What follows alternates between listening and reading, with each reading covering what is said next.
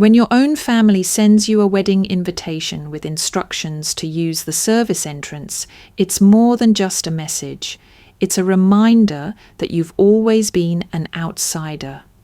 That's what I received. Not a real invite, not even respect.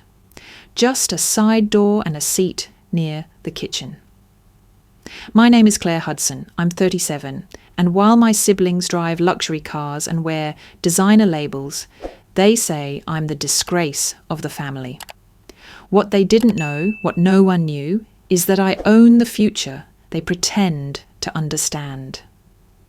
Tonight, I let them see the truth, but not before they tried to bury me one more time. The gold-foiled envelope shimmered beneath the morning light, elegant and regal, everything my family believed themselves to be. The embossed calligraphy spelled out my cousin Elijah's full name, paired with the name of a socialite I had never met. Their wedding was rumoured to cost over $500,000. Every detail screamed wealth, pedigree, and status.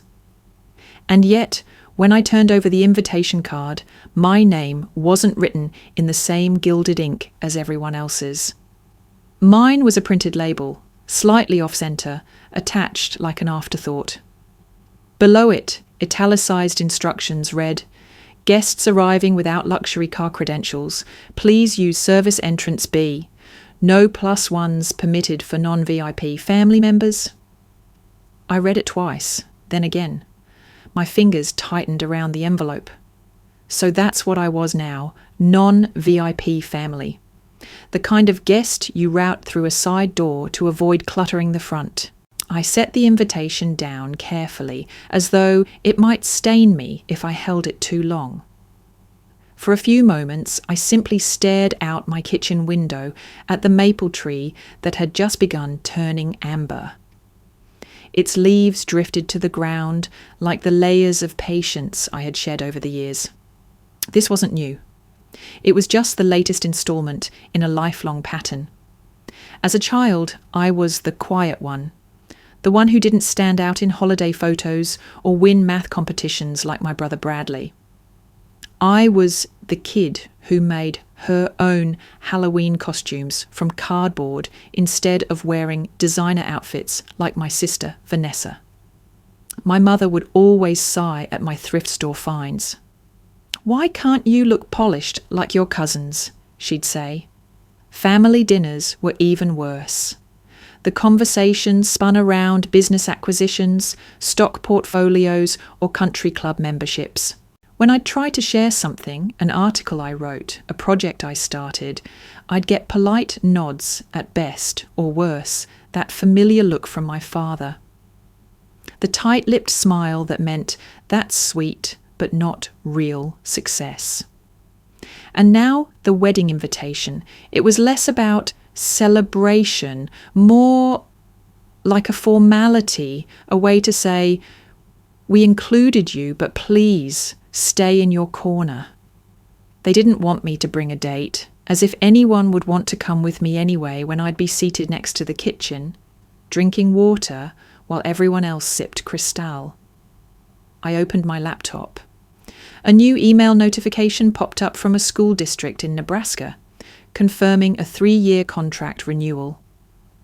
"Looking forward to expanding our partnership," it read. I smiled faintly. This would bring updated tech education tools to over 5,000 students. But who would care? Not my family.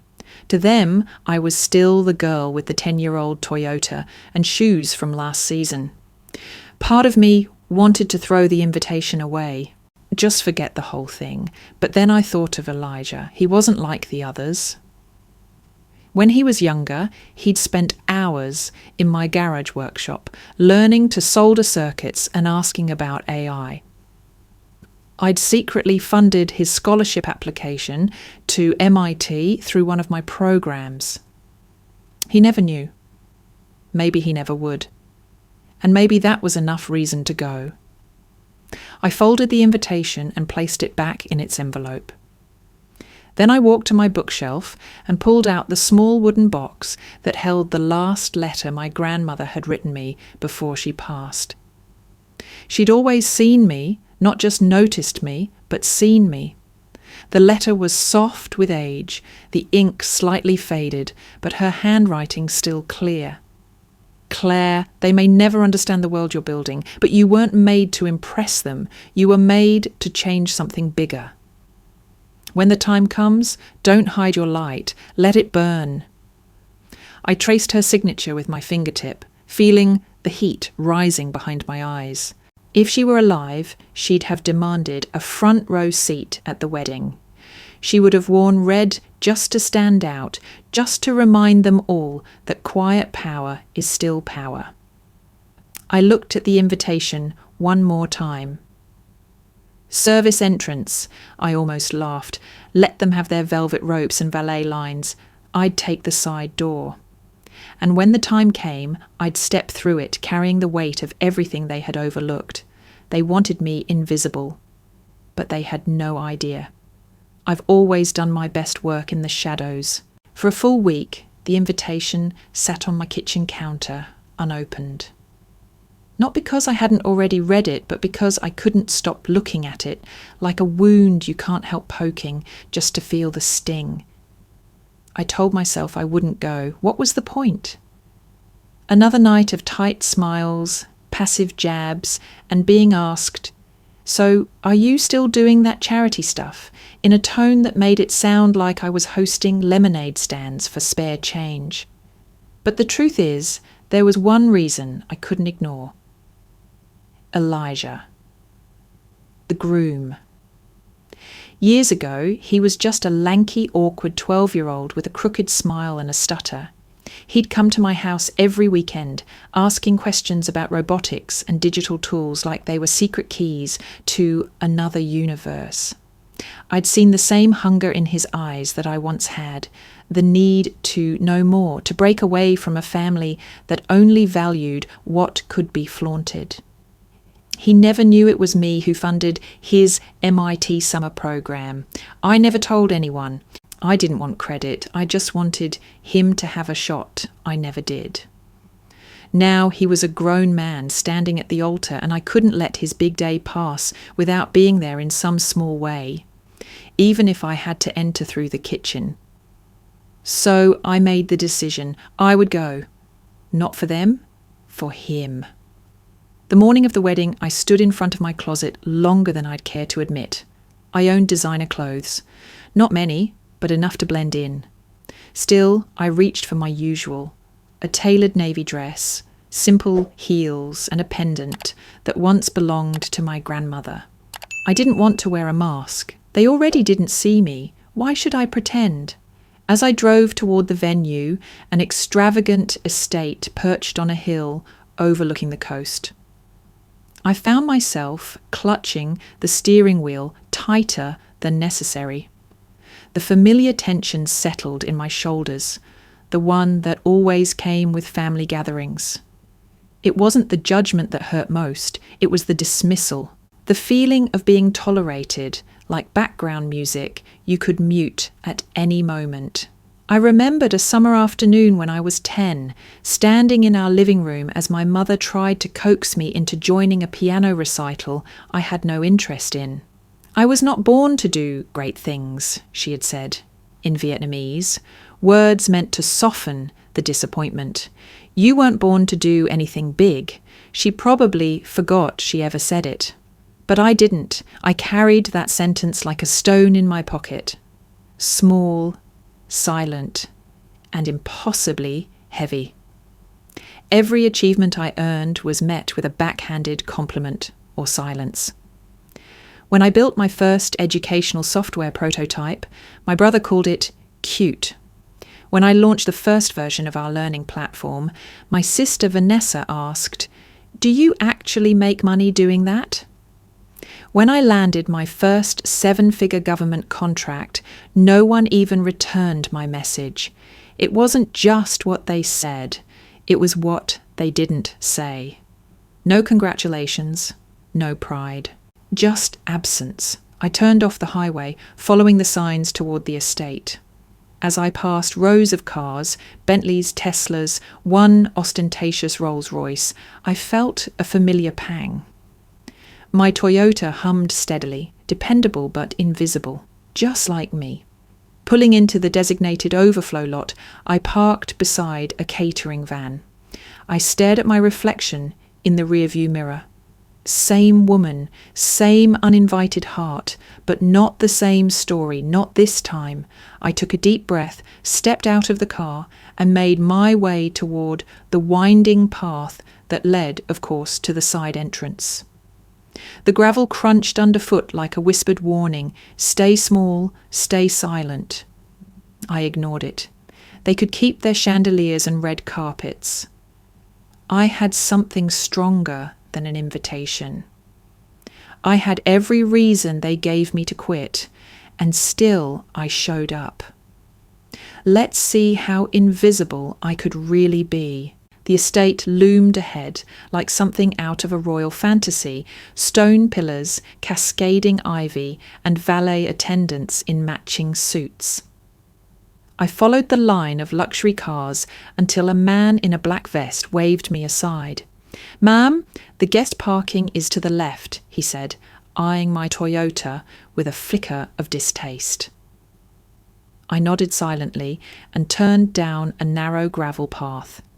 It led to a shaded lot near the back of the property, where delivery vans and staff vehicles clustered like forgotten chess pieces. The main entrance was nowhere in sight. I stepped out, smoothed my dress, and began the long walk past the dumpsters and loading docks. A few servers rushed by, arms full of platters. One gave me a quick smile, mistaking me for a vendor. Fitting. Just as I reached the back terrace, another security guard stopped me. "This area's for event staff only," he said, stern but not unkind. I pulled the invitation from my purse and pointed to the bottom. He read the italicized line and frowned. "Right, apologies. The side entrance is just through there." Side entrance. The words echoed in my head like a private joke no one else could hear. I followed the stone path to a secondary doorway tucked beneath an overgrown archway. No welcome mat, no grand staircase, just a plain door with a buzzing lock. Inside, the contrast was staggering. I stepped into a corridor behind the main ballroom, dimly lit, lined with catering carts and floral buckets. Through a cracked door, I glimpsed crystal chandeliers glittering above crowds of guests in black tie glamour. The real celebration was just inches away, separated by nothing but a wall and a lifetime of being left out. As I emerged into the reception area, I saw Bradley near the bar. He turned just in time to catch sight of me, his expression morphing from surprise to smug disdain. "Well, well," he said, strolling over, drink in hand. "Look who finally made it." "I was beginning to think you got lost on the way in." "I used the entrance listed on the invite," I replied evenly.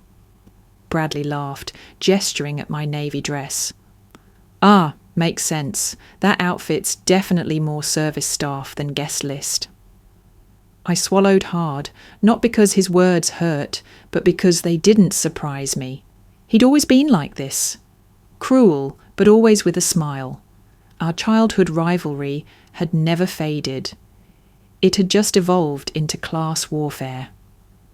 "Don't worry," he added with mock sincerity. "There's a table near the kitchen where they're seating the inspirational relatives. You'll fit right in." Before I could respond, a young server passed by and paused. She looked at me, eyes wide, then whispered, "Excuse me, are you Claire Hudson?" I blinked. "Yes?" Her face lit up. "Oh my God, you're the founder of Brighter Path, right? I got my scholarship through your program. It changed everything for me. I'm studying applied tech at Riverside now." I felt heat rise to my cheeks. Not from pride, but from the jarring contrast. Just seconds ago, I'd been reduced to a punchline. Now, in the same breath, I was someone's hope. "That's wonderful," I said quietly. The girl smiled again before hurrying off, tray in hand. I turned back to Bradley, who looked mildly confused. "What was that about?" "Nothing important," I said, and walked away. But it was important. For the first time that evening, I felt something shift, not in them, in me. I didn't come here to prove anything. I didn't wear designer labels, or pull up in a Porsche, or network over hors d'oeuvres.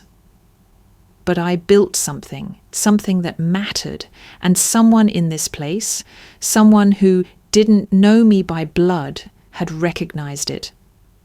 Not because of the car I drove, not because of my dress, but because of what I'd done. I reached my table and took a seat near the wall, as far from the stage as possible. From here, I could see everything: the chandeliers, the polished laughter, the sparkling bubbles of champagne dreams. Let them sparkle.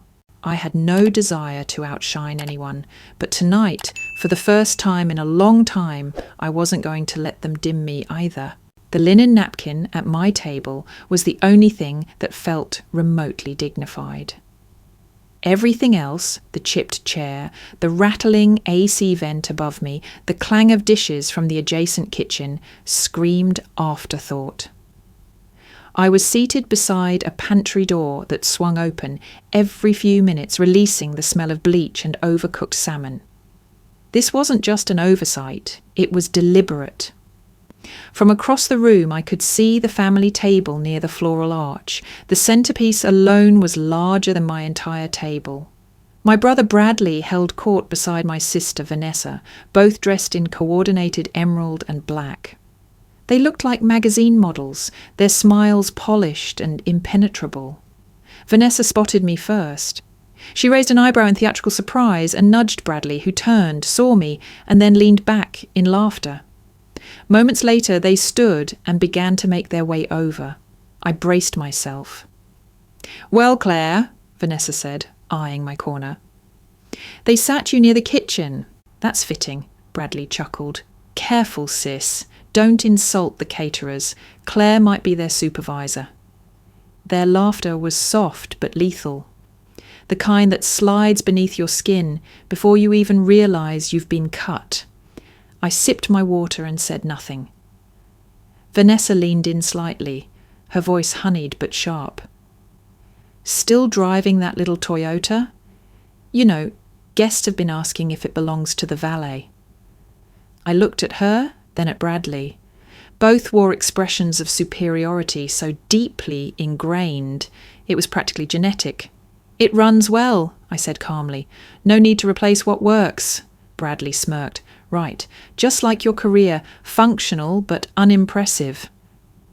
The burn settled deep this time, deeper than I expected. They didn't need to yell or insult me outright. Their weapons were familiarity and history. They knew exactly where to press. I turned my gaze to the ballroom. Glasses clinked. A string quartet played something elegant. Around me, no one noticed the exchange. That's the thing about being invisible. You can be hurt without anyone seeing. For a brief second, I considered leaving, just standing up and walking out, maybe even speeding away in my unremarkable car with the windows down and my pride still intact. But then out of the corner of my eye, I saw him. An older man, maybe in his 70s, walked toward my table. He wore a simple grey suit, well fitted, but not flashy. His hair was silver, his gait unhurried. He didn't carry himself like the rest of the crowd. There was no urgency to be seen, no need to impress. He stopped beside me, and without introducing himself, he leaned down slightly and said in a voice only I could hear, "Tonight is a momentous evening, but not just for the bride and groom. It's the night the truth begins to come into the light." I blinked, startled. "I'm sorry, do I know you?" He smiled, warm and unreadable. "Not yet, but you will.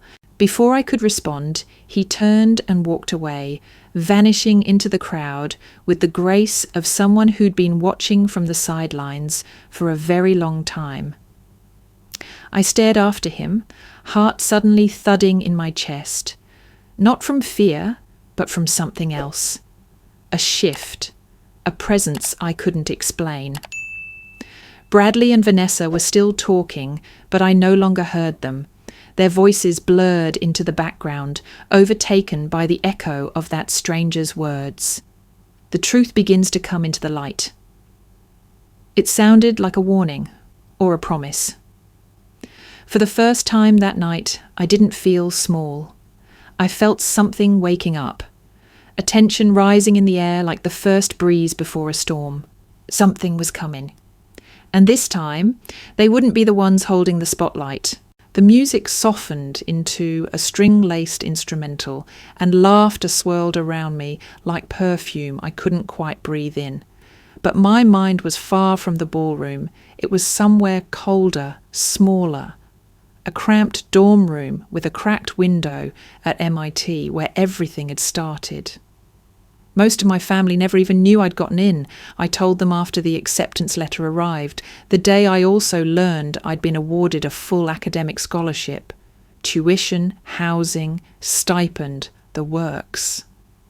My mother blinked twice, then said, "That's nice, but are you sure you'll fit in there?" My father added, "You could always transfer after a year if it's too much." No one celebrated. They hadn't even attended my graduation. I was valedictorian of my class. Me, Claire Hudson, the invisible girl who used to fix broken clocks just to avoid dinner conversations. I stood on that stage in front of thousands, cap and gown heavy with achievement, and when I looked into the crowd, the seats I'd reserved for my family were empty. They were in Napa that weekend. Vanessa posted a photo from a vineyard with the caption, "Family First." I remember staring at it from my dorm, wondering if irony had a breaking point. When top consulting firms sent me offer letters with six-figure salaries, I declined every one of them. Not because I wasn't grateful, but because I had a different kind of blueprint in mind. I didn't want to fix corporations. I wanted to fix classrooms. I wanted to rebuild access from the ground up, to give kids the tools I had to claw my way toward. Not everyone gets lucky. I wanted to change that. So I built it. A non-profit, small at first, one software module, a handful of users. I spent nights coding, testing, revising, teaching on weekends just to pay the bills. The early years were brutal. But I loved every second. The family didn't. "You went to MIT to become a charity case?" Bradley scoffed once. "That's like buying a Ferrari to deliver pizzas." Vanessa was more diplomatic. "It's sweet that you want to help. But real impact happens in boardrooms, not classrooms." And my father? He was blunt. You're spitting on your legacy, Claire. We offered you the CEO position at Hudson Equity. You'd rather play school teacher?" They called me ungrateful, self-righteous, even irresponsible. But the truth was, they weren't upset that I failed. They were angry that I'd succeeded on my own terms. Being a Hudson meant something to them. It was a brand. And I was the off-label product. No one quite knew what to do with me, so they filed me under other and moved on. The hardest part wasn't their rejection. It was the quiet hope I carried for too long, that one day they'd turn around, that someone would look at what I'd built and say, "We were wrong." It never came. Even after the first state contract, even after the second, even after the non-profit expanded to 20 schools, then 50, then entire districts. They'd hear about my work through the grapevine and dismiss it with a shrug. "Still doing that software for poor kids thing?" Bradley asked at a Christmas dinner once. I nodded. He poured another glass of wine, and the conversation moved on. Tonight, surrounded by gold-trimmed menus and white roses, those memories pressed in close.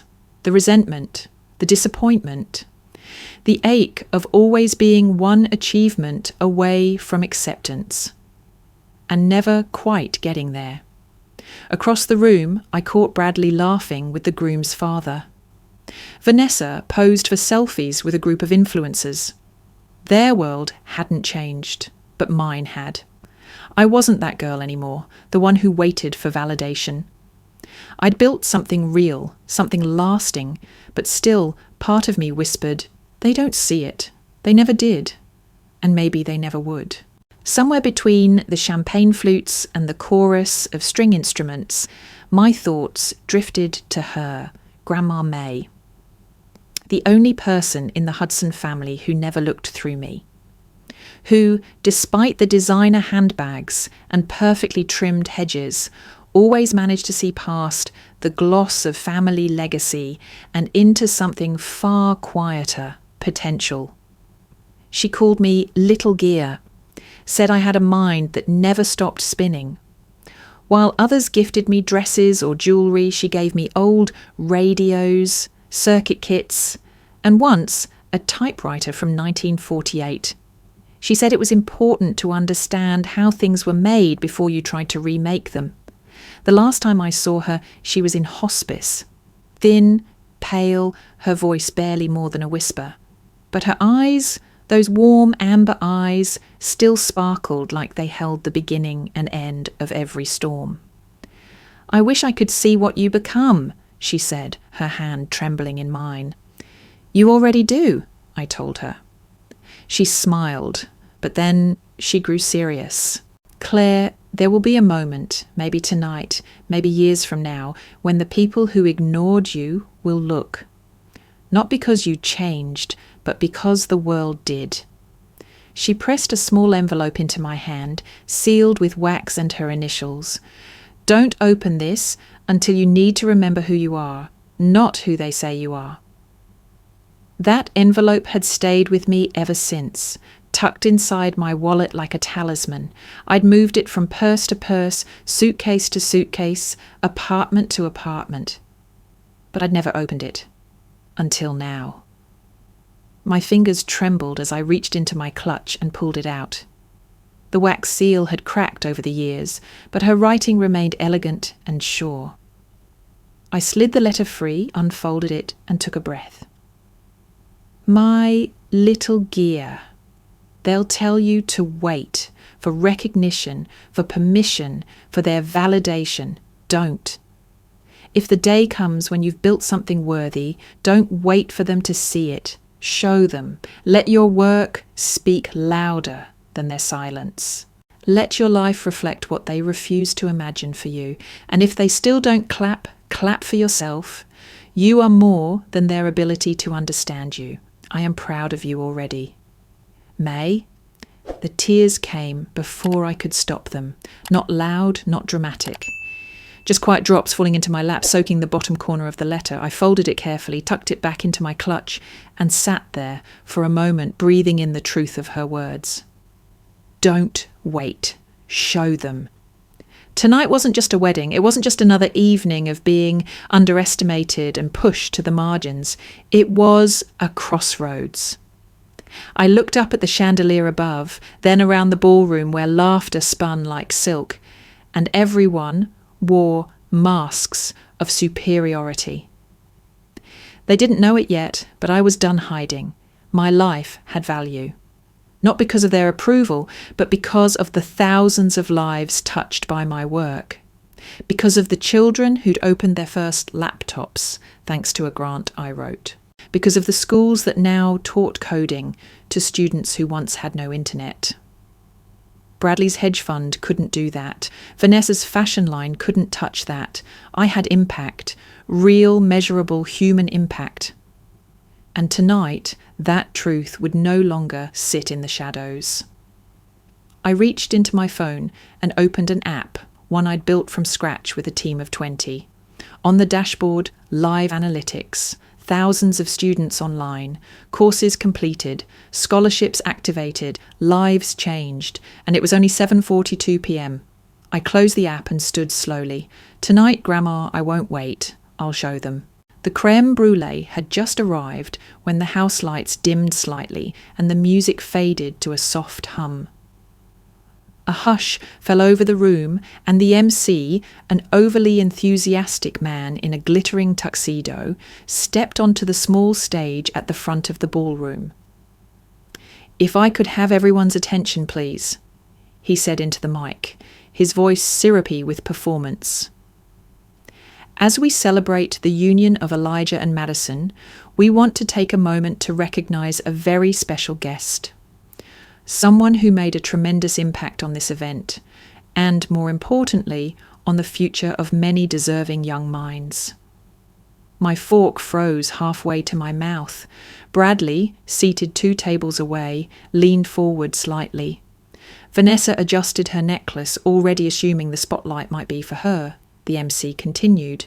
"It's our honour to acknowledge this evening's primary education partner, an organisation that has provided full-ride scholarships for several young members of the Hudson extended family, enabling them to attend prestigious universities they might never have dreamed possible." My stomach twisted. No, he wasn't going to say it. Not here. Not now. And so, without further ado, please join me in thanking the Brighter Path Foundation for their generosity and vision. The ballroom erupted in polite applause. I remained frozen in my seat, pulse pounding. The MC raised his hand again. And we are especially privileged tonight because the founder of Brighter Path is actually here, seated among us, quiet, unassuming, and clearly far more humble than any of us realized.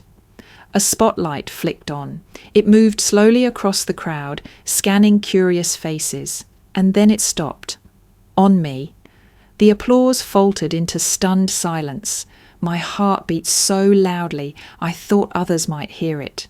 I could feel dozens of eyes pivot toward me, confused, skeptical, some even narrowing in disbelief. Bradley looked around, then back at me, frowning. Vanessa's smile twitched. My mother's wine glass tilted slightly in her hand. The MC beamed, clearly unaware of the bomb he'd just dropped. "Ladies and gentlemen, please welcome Claire Hudson, founder and executive director of Brighter Path." I couldn't move. For years I had worked in silence. Let the platform grow. Let the partnerships bloom. Let the impact speak for itself. I didn't need applause. I didn't need lights. But now they were on me. And the silence in the room was no longer dismissal. It was shock. Slowly I rose from my chair, napkin sliding to the floor, unnoticed. The walk to the front of the room felt impossibly long, as if time had slowed, and every step echoed with the memories of being overlooked, laughed at, diminished. I reached the stage. The MC handed me the microphone. "Would you like to say a few words?" I looked out across the sea of familiar faces, people who had never once asked me what I truly did, who I truly was, who had, for decades, chosen to define me by what they thought I lacked. The words rose slowly, but not yet, not tonight. I smiled faintly, raised the microphone to my lips, and said simply, "Thank you." And then I stepped away, nodding once to the MC, and returned to my seat. The silence followed me like a shadow, but this time it was laced with something new. Recognition. Respect. And for the first time in a very long time, wonder. I sat down, heart still thudding from the spotlight. The applause barely faded when the MC raised his mic again. And before we continue, we'd like to share a short tribute video prepared by the Brighter Path Foundation. A glimpse into the lives they've changed. Please direct your attention to the screen. The ballroom lights dimmed once more. I hadn't seen this video. My team must have sent the media file earlier, assuming I'd approve it on the fly like always, but I hadn't even opened the email. A hush fell over the guests as the massive screen flickered to life. The opening shot was of a public school hallway in Detroit, peeling walls, humming fluorescent lights, backpacks slung over tired shoulders. Then came the voiceover, smooth and warm, paired with footage of kids in front of laptops, their faces lit, not by pixels, but by possibility. Every future begins somewhere, the narrator said. For these students, it began with a spark. Clips rolled of children learning to code, of teachers receiving training, of classrooms being fitted with smart boards and fibre optic internet in places the rest of the world forgot. Then came a testimonial from a young woman in a Navy graduation cap. Without Brighter Path, I wouldn't be in college today. I wouldn't be here telling you this. A man appeared, grizzled, tired, but smiling. My son got his first computer from this program. He now teaches me how to use email. The guests were still watching. The screen went black for a second. Then a new scene emerged, a press conference crowded with cameras, the US seal in the background, a podium, a banner reading White House Education Partnership Summit. And there I was, standing beside the president. My name printed on the placard in front of me, Claire Hudson, CEO, Brighter Path Foundation. He was signing a document, a $50 million federal initiative for underserved school districts nationwide. I was nodding beside him, flanked by senators, cabinet members, and education leaders. The footage zoomed in slightly. The narrator continued. Claire Hudson has quietly led one of the most transformative educational tech efforts in the country. She declined press, she declined titles, but she never declined a child who needed a chance. Silence, dead, stunned, electrified silence. Then one sound pierced it, a single clap, slow, deliberate, from the head table near the floral arch. Elijah, the groom. He stood, still clapping, his eyes fixed on the screen, his expression something between pride and awe. The room followed. One by one the guests joined in, hesitant at first, then fully. A tide of recognition that swept through people who, only moments ago, didn't even know who I was. I sat still as the applause rose, unsure where to look, unsure what to feel. My mother's hand was frozen mid-air, her wineglass trembling. Bradley's jaw was tight, unmoving. Vanessa had gone pale, her lips parted like she meant to speak but couldn't find a script. The lights came back on. The MC returned to the stage, clearly riding the wave of revelation. And there you have it, folks. Not all heroes wear capes. Some wear navy dresses and sneak in through the side door. Laughter, genuine this time, rippled through the crowd. But I wasn't laughing. I was remembering. The nights I slept on couch cushions in a shoebox apartment while building the first prototype. The teachers who cried when I delivered boxes of tablets to rural schools. The moment I got that White House call and thought, maybe they dialed the wrong Claire Hudson. And now, here I was, revealed not by my choice, but by my work. Across the ballroom, Elijah made his way toward me, still in his tux, still glowing from newlywed joy, but now layered with something else. Reverence. He knelt beside my chair, leaned in and said quietly, "It was you, wasn't it?" I looked at him. He didn't need to say more. "Yes," I said. His eyes glistened. "You paid for that summer program, the one that got me into MIT?" I nodded. He exhaled shakily. "Why didn't you tell me?" "Because I didn't do it for thanks," I said. "I did it because you reminded me of me." He reached for my hand and squeezed it. "I wouldn't be standing here today without you." The applause was fading, but the room hadn't returned to normal, because it couldn't. The mask had cracked, and what they saw underneath wasn't weakness. It wasn't failure. It wasn't the family disappointment. It was power. Not loud, not flashy, but real, earned, unshakable. I sat back in my seat and let the silence fill the space left by revelation. It wasn't just about being seen anymore. It was about being undeniable.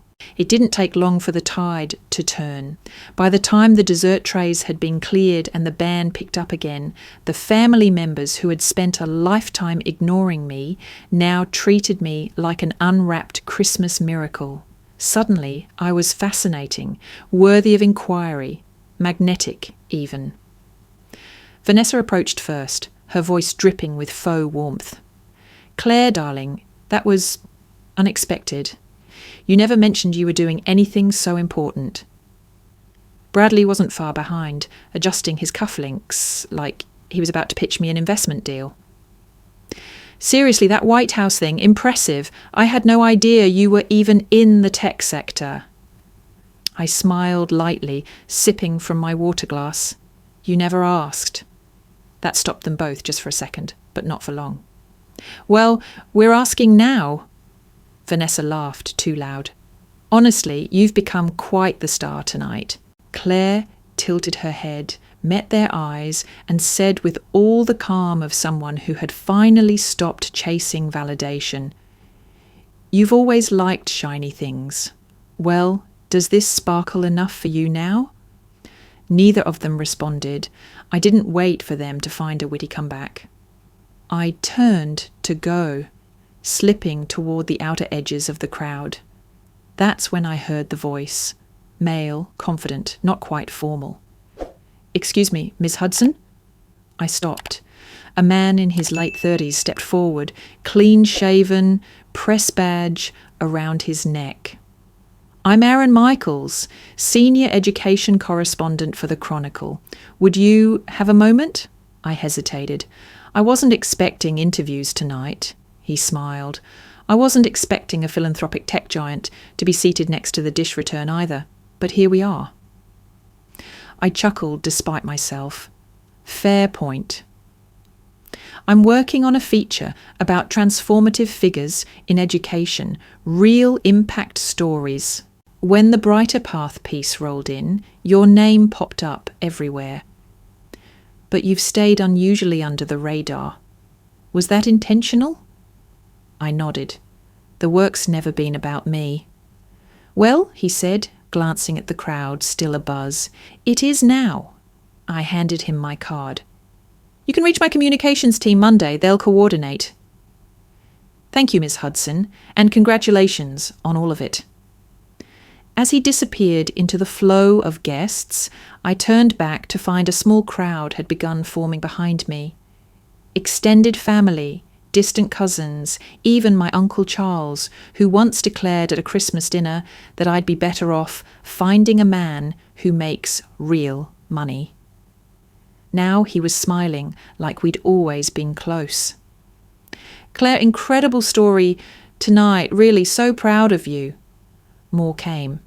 "How long have you been doing this? Why didn't you ever say something? Do you know Elon Musk?" I gave the same answer to each question, a smile, a shrug, a gentle deflection. The truth is, I had nothing left to prove. But as the crowd grew, pressing in with curiosity disguised as support, I began to feel boxed in again. Not by rejection this time, but by fascination. And strangely, that felt just as confining. So I stepped away. Elijah caught my eye near the champagne tower. He lifted a brow, silently asking if I was okay. I nodded, then motioned toward the exit. A few others followed. My Aunt Lydia, who had been quietly kind over the years, my cousin Mia, who used to sit with me at the kids' table long after we'd both outgrown it, and even Vanessa, surprisingly subdued now. "Going somewhere?" she asked, trailing behind me. "I thought I'd show you something," I said. "Where?" "Home." Her brows rose. "You want us to come to your house?" I smiled. It's time someone saw the real Claire Hudson. And with that, I walked through the golden doors of the ballroom, not as a side door guest, not as the forgotten sibling, but as myself. The drive to my house was quiet, awkward.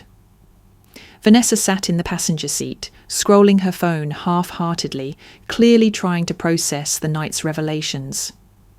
Behind us, Bradley followed in his Porsche, tailing a little too close, like he didn't want to risk missing the turn into my neighbourhood. We pulled into my street in Millbrook, a modest middle-class enclave lined with similar two-storey homes and neatly trimmed hedges. The kind of place my family had always mocked for being starter home territory. I could already hear Bradley in my head. "This is where you live?" And I did, but not quite in the way they imagined. As we parked in the driveway, Vanessa stepped out, eyes scanning the exterior. "It's nice," she said. Tone flat with surprise. Not what I expected.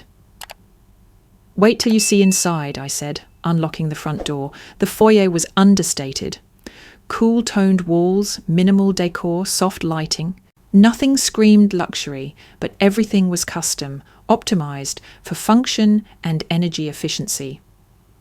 My living room opened into a seamless kitchen with touchscreen controls embedded in the counters and glass cabinetry that adjusted opacity automatically. A soft hum came from the integrated climate system, tuned precisely to every zone in the house. Bradley whistled low as he stepped inside.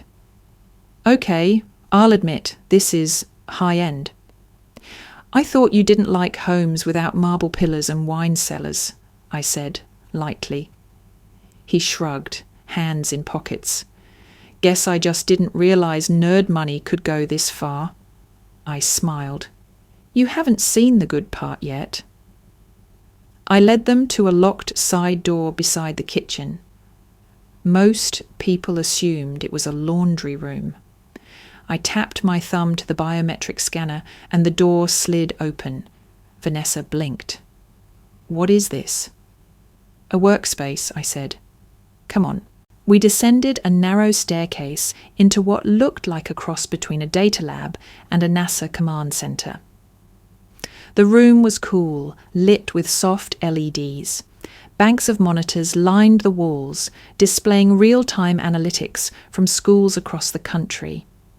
Interactive maps pulsed with live engagement data, while rows of servers hummed quietly behind soundproof glass.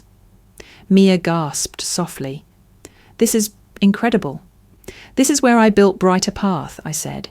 "Everything you saw in that video, it started here. We now support over 1,200 school districts in 47 states." Bradley stepped forward, studying the dashboard. Are those live stats?" "Yep," I said. "Current users, completed courses, engagement rates, grant distributions." He walked closer, eyes narrowing.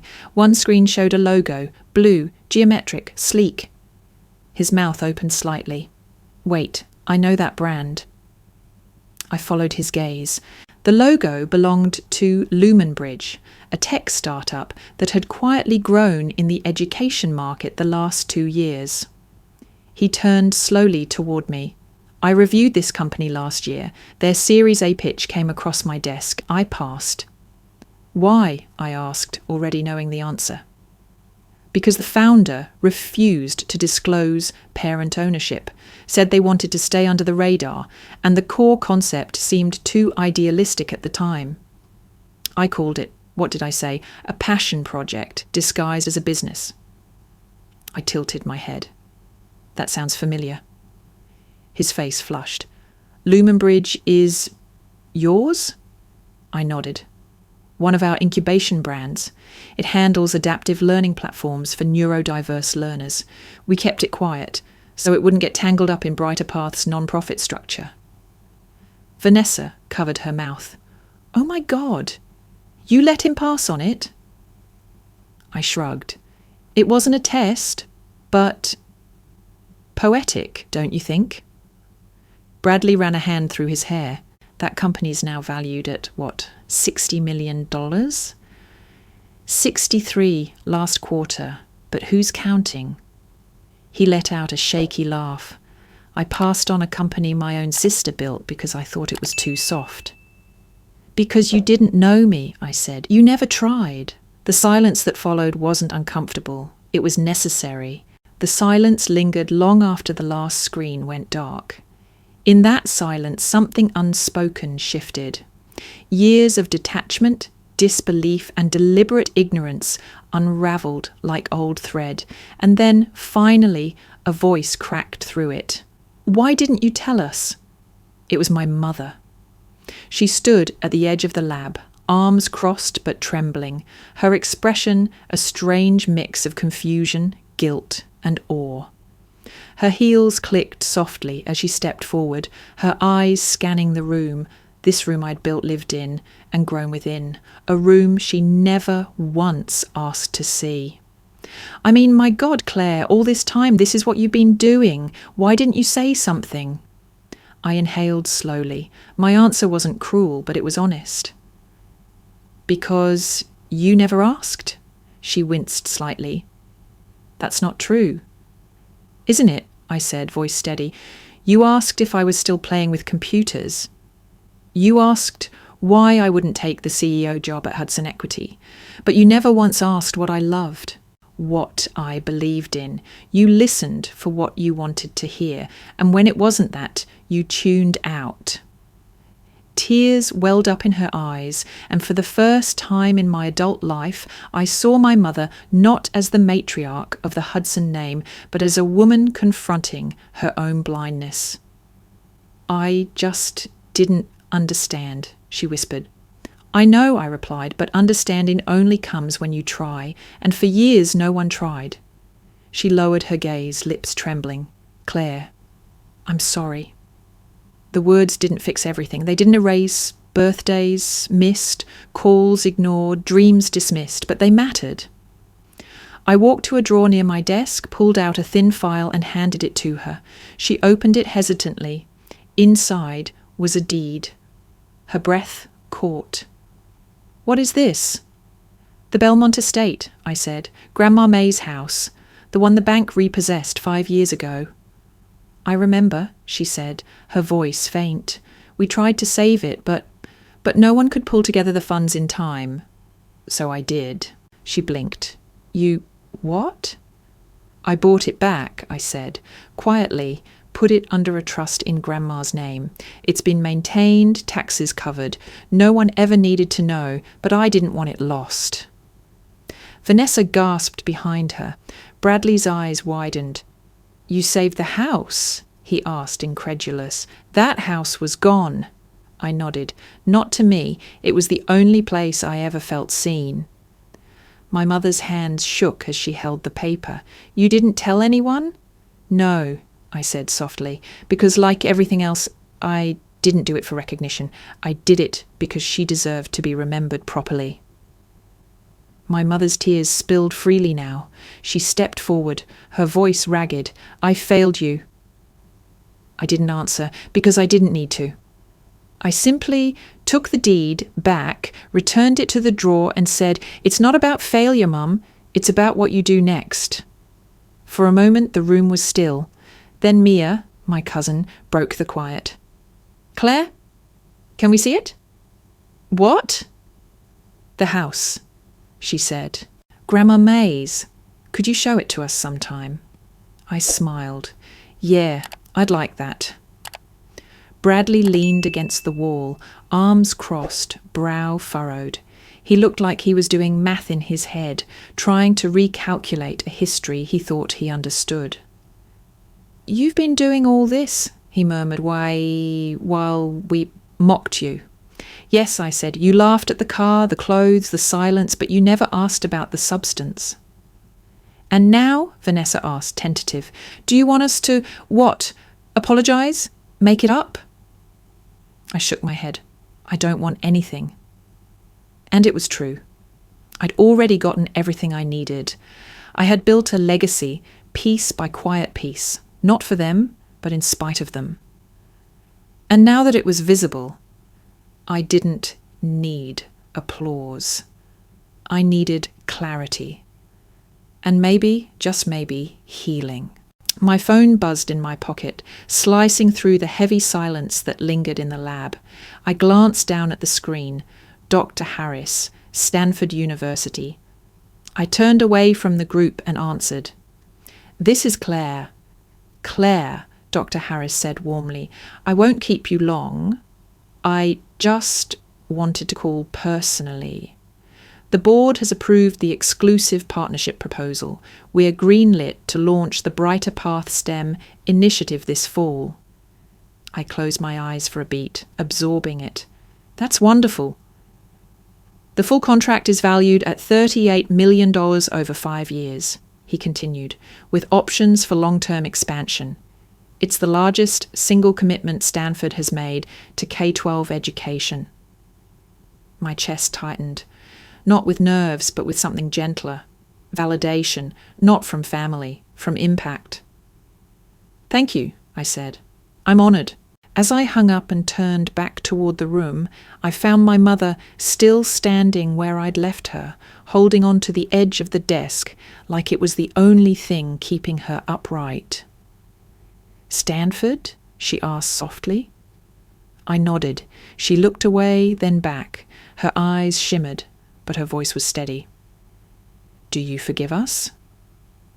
The question landed harder than she intended. Not because it was cruel, but because it was vulnerable. I took a deep breath. "Forgiveness," I said, "isn't about making someone else feel better. It's about freeing yourself from what they did." She flinched a little. I stepped closer. "I've carried your expectations like stones in my pockets, and for years I thought I had to earn your approval to matter. But I've learned something else."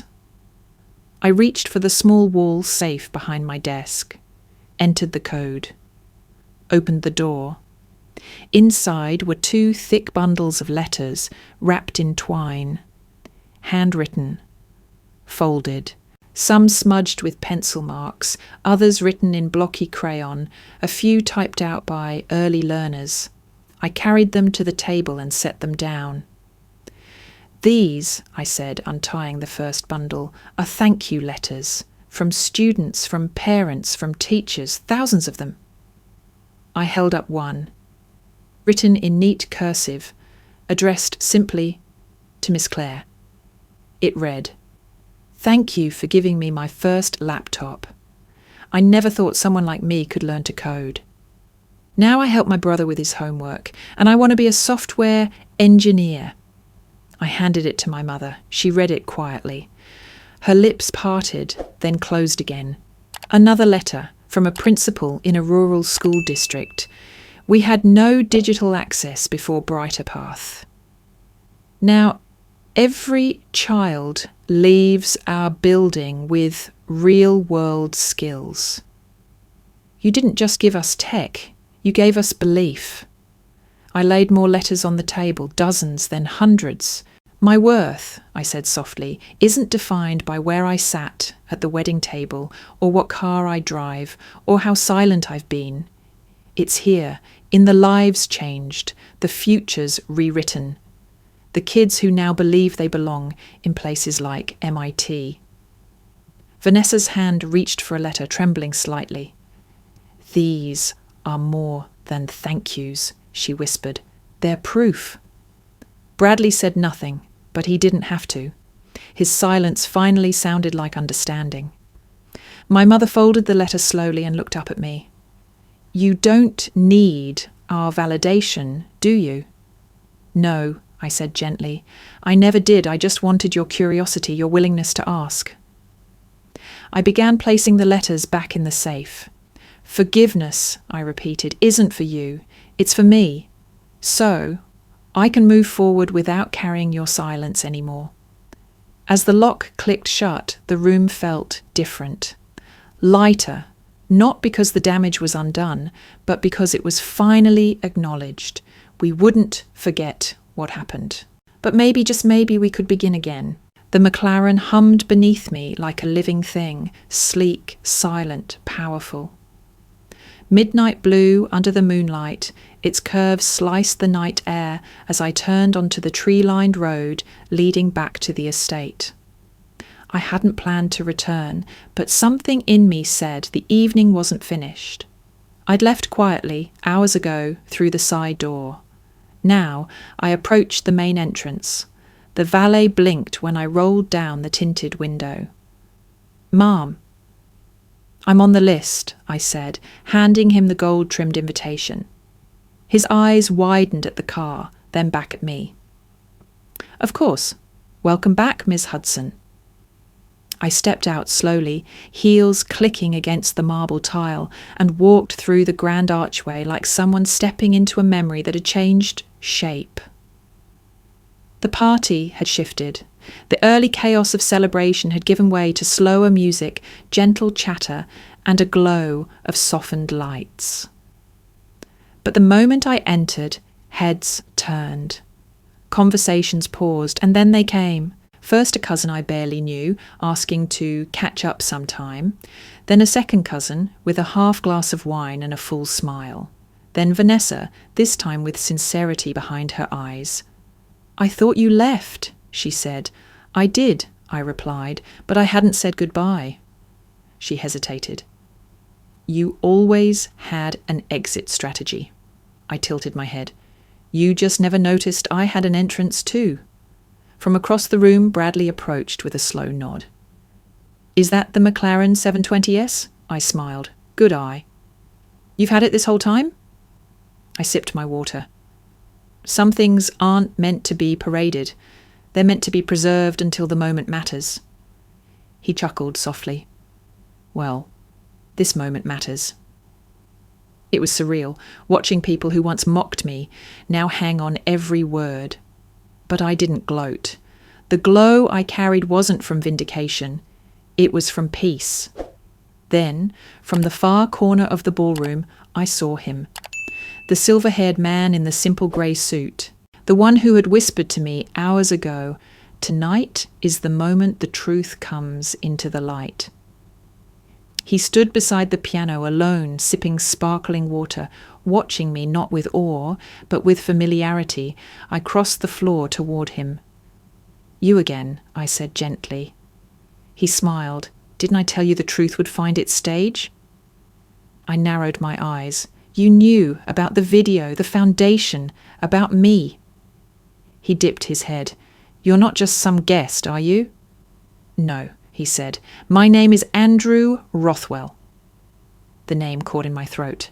Andrew Rothwell, philanthropist, billionaire, education reformist, the man behind half of the most transformative school initiatives in the country, the elusive mind who rarely appeared publicly, but whose influence ran deep through my entire field.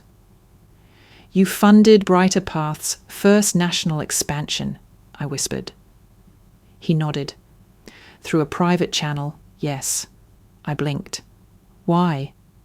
His gaze softened. "Because I believed in you long before anyone else did." I stared, heart pounding.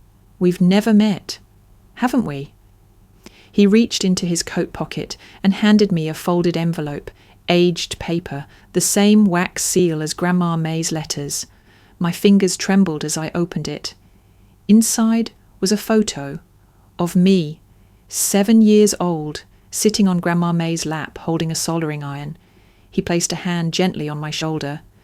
"May was my first love, long ago, before marriage, before politics. She never told you." My mind spun. "But that means—" "I'm your father," he said, voice low. "Not by title, perhaps, but in blood, in belief, in legacy." The floor didn't shift. I did. Everything I had built, everything I had carried, it all made sense in a different light. Not because it was his, but because even when he was hidden, he believed. "I never wanted to interfere," he continued. "You had to walk your own path. But I was always watching." Tears burned behind my eyes. "You funded me anonymously, guided me without credit." "I did what fathers are meant to do," he said. "I made sure your light had room to grow, even in the shadows." We stood in silence as the party moved on behind us, the girl they ignored, the woman they finally saw, and the lion who watched in silence until it was time to roar. The ballroom spun quietly behind us, muted now, irrelevant. The air between me and Andrew Rothwell felt thick with history, most of it unspoken. "You were there?" I finally asked. "All these years? Watching?" He nodded once, slowly. "Not in the way you might think. I respected May's wishes. She chose to raise you without entanglement. Her strength, your strength, came from that choice." "But you still followed my life?" "I never missed a step," he said. "From your first robotics competition to your MIT acceptance. I helped push through your fellowship quietly. No one ever knew." A chill ran through me, not from fear, but from the overwhelming gravity of what he was revealing. "You could have told me," I said, voice tight. "I could have," he agreed, "but that would have made the story mine. And your journey needed to belong to you." He stepped back slightly, giving me space to breathe. "You built Brighter Path. You created a movement.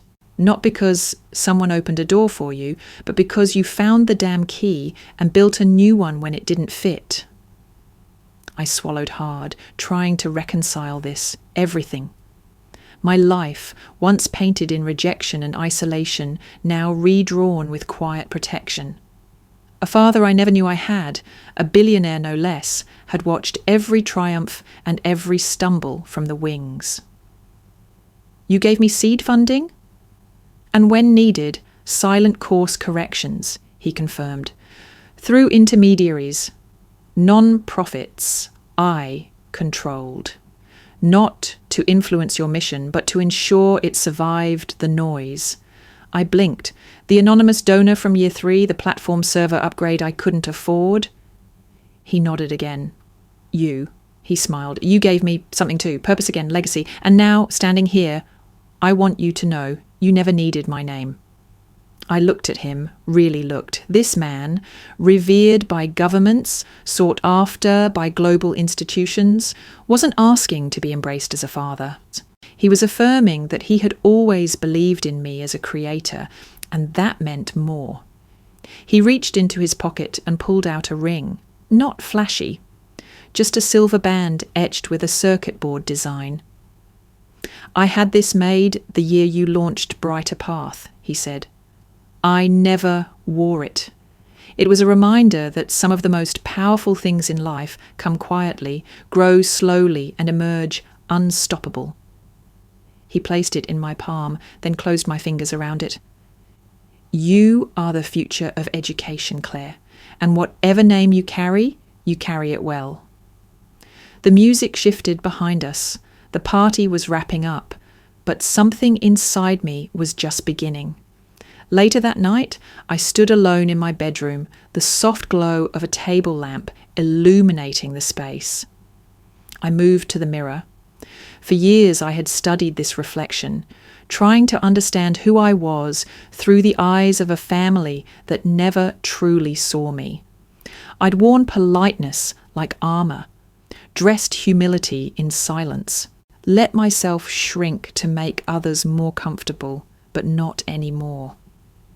In the mirror, I saw a woman forged in fire and silence, a builder, a leader, a daughter who had become her own lion.